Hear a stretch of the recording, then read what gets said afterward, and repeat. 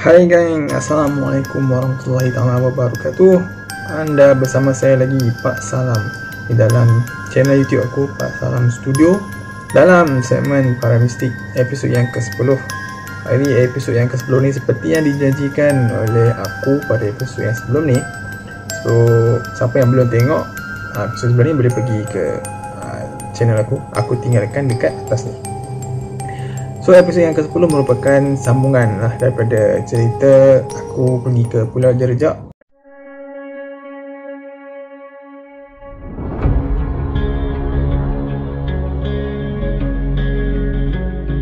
Gaduh yang mana apa dia ketok semua. Ada hantu tak apa lah. Okey, ration masuk makan apa yang betul bang.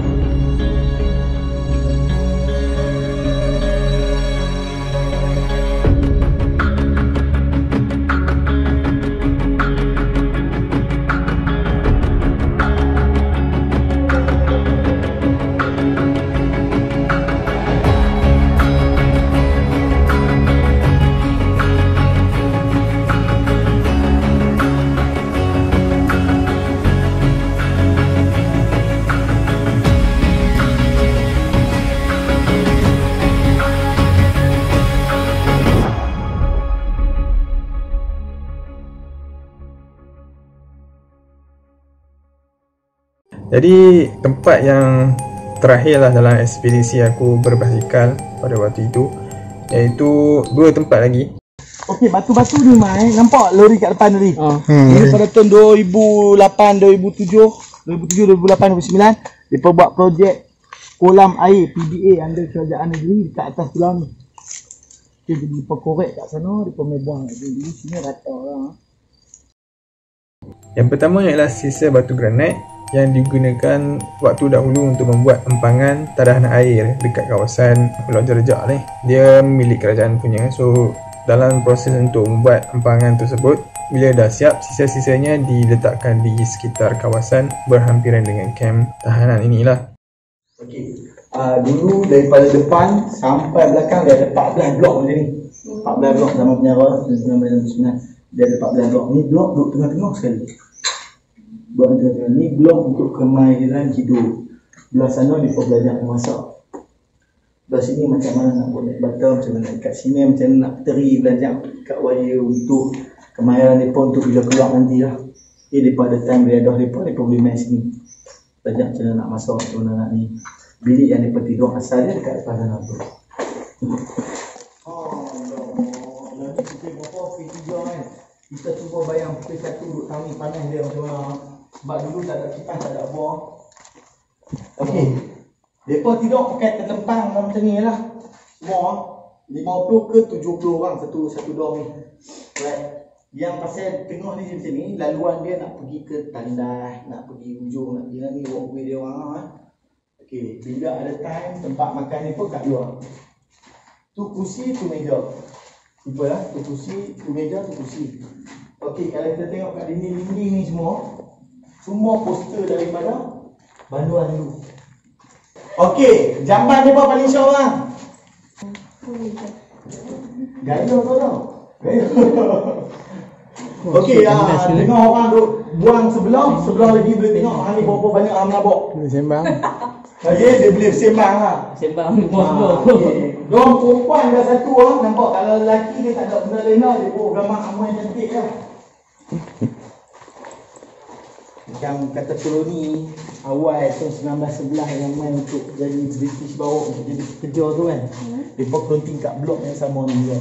Tahun 1911. Pihak penjara masuk pada tahun 1969, dia ubah suai balik jadikan sebagai dom penjara. Sama kualiti besar dan penjara. Okay, sini kita tengoklah ada macam-macam. Kalau siapa tahu bahasa Cina boleh baca tahun itu. Always accept your human weakness, success and self-defeat cannot live together. Cantik ni tau sebab apa? Dia pakai tekak tu. Kena buat sendiri. Kan? Dulu family boleh datang melawat. Nak bagi majalah, nak bagi buku, pensel, apa semua dia boleh bagilah untuk. Sama dengan lukisan tu semua sama. Oh, okey, orang Melayu kita yang biasa duduk sini bang, arwah Datuk Omadin pengasas silat lincah tu. Macam. Dia biasa duduk sini 8 tahun. Kes 13 Mei tu. Biasa duduk sini. Saya nak buat dia. Dan dia biasa datang balik tahun 2000 berapa saya tak pasti lah. Dia datang balik dengan time kursi roda. Anak buah dia dengan samping, dengan songkok. Jadi mereka ni taklah dikurung 24 jam tau. Oh. Itulah sebab dekat lobi kalau kita tengok dia tulis pusat pemulihan akhlak. Dia tak berhenti macam penjara putih tu. Makan pun kat luar kan. Dulu Penang dengan Pulau Jerjok ni jauh bang. Tapi dia tu bagi tahu sebab saya pun tak lahir lagi. Jauh. Kalau kita tengok Queens Bay, kita tengok Jeti Jerjok, kilang-kilang tu semua dah tambak. Semua tambak dah. Dulu duk nampak pokok paya bakar besar-besar tu. Ya dah. Kalau lah sekarang ni jadikan penjara, ini kurung 100 orang, besok pagi tinggal 3 orang, 97 lagi pernah balik lah. Mana balik dah. Dekat sangat lah. Okey, jom kita pergi relax kat JT kena angin, tang ni pun suasana panas. Itu saja ya.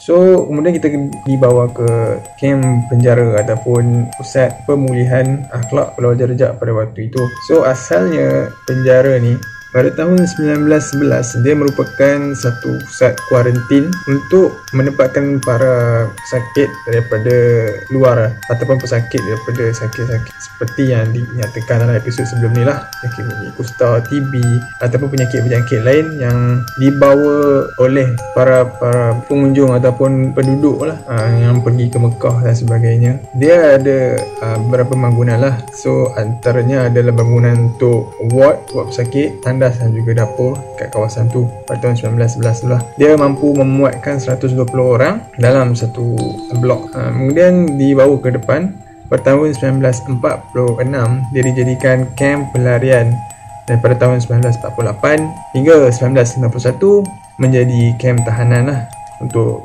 yang pesalah-pesalah pada tahun tersebut lah. Jadi dari tahun 1951 hingga 1964 dia menjadi pusat kuarantin lah bagi kes-kes yang tertentu. Tak lama kemudian dia di-convert lah ataupun ditukarkan menjadi kamp pemulihan akhlak dekat kawasan tu.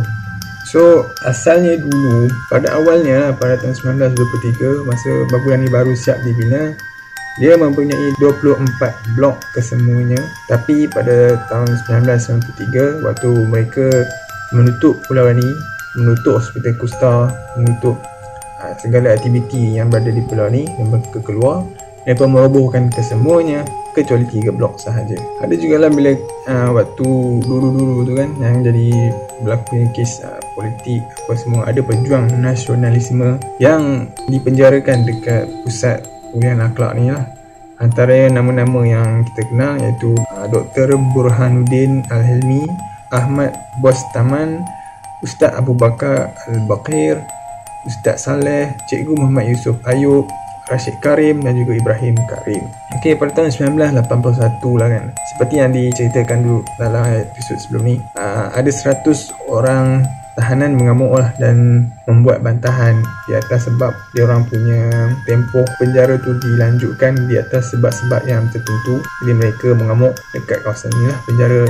Okey, pada tahun berikutnya lah bilangan tahanan tu semakin meningkat. So makin ramai pesalah dan juga tahanan yang masuk ke Pulau Jerjak ni, sehingga mencecah sampai 982 orang pada satu masa. So sebagai langkah keselamatan, pihak pusat penjara ni pun menghalang para nelayan untuk pergi mendekati dengan Pulau Jerjak ni sekitar 200 meter dari pantai. Walau bagaimanapun terdapat 7 orang sempat meloloskan diri keluar daripada Pulau Jerjak ni melalui jalan laut. 4 orang pada Januari 1988 dan 3 lagi pada Mei 1988. Jadi mereka mungkin menggunakan taktik berenang ke bayan lepas sebab itu antara jalan yang paling mudah untuk diorang akses pada waktu ketika itu.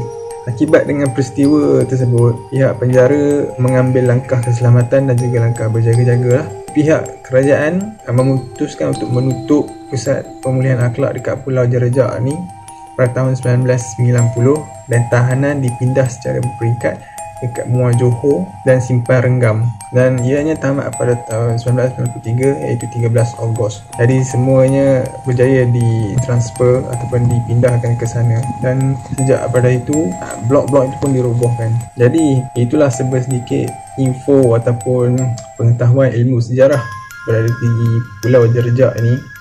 So siapa yang nak mengunjung ke Pulau Jerjak ni boleh lakukan aktiviti-aktiviti tapi di luar musim COVID-19 ni lah saranan aku, sebab sekarang ni pun Pulau Pinang di bahagian barat daya telah pun dilaksanakan PKPB. Jadi orang awam tak dapat nak pergi ke Pulau Jerjak sebab Pulau Jerjak tu di kawasan barat daya ni. Jadi untuk pergi ke sana ada beberapa cara lah. Korang boleh pergi ke JT Pulau Jerjak berdekatan dengan Queensland Mall. Korang boleh pergi ke JT untuk mendapatkan tiket pergi dan balik dengan harga RM22, ataupun korang boleh pergi ke website yang akan aku letak dekat bawah ni untuk membeli tiket secara online dengan harga RM20 sahaja. Jadi aktiviti-aktiviti juga boleh ditempah di dalam website online ni. Antara aktiviti-aktiviti yang korang boleh buat dekat sini adalah berkayak, jungle trekking, basikal seperti yang aku buat ni. Semua aktiviti-aktiviti ni ada harga dia tersendirilah. Jadi aku rasa di situ saja episod kali ni. Episod kali ni adalah sambungan daripada episod yang lepas. Jadi siapa yang belum subscribe, aku minta tolong subscribe aku sikit dekat Pak Salam Studio ni. Korang boleh juga follow aku dekat media sosial yang lain, dan jangan lupa share video ni kepada orang awam lain supaya korang dapat berkongsi ilmu dan juga menarik minat untuk kita belajar sejarah dan juga mengetahui salah silah negara kita pada waktu ketika dahulu. Jadi aku jumpa lagi korang dalam episod lepas ni. Assalamualaikum, bye bye.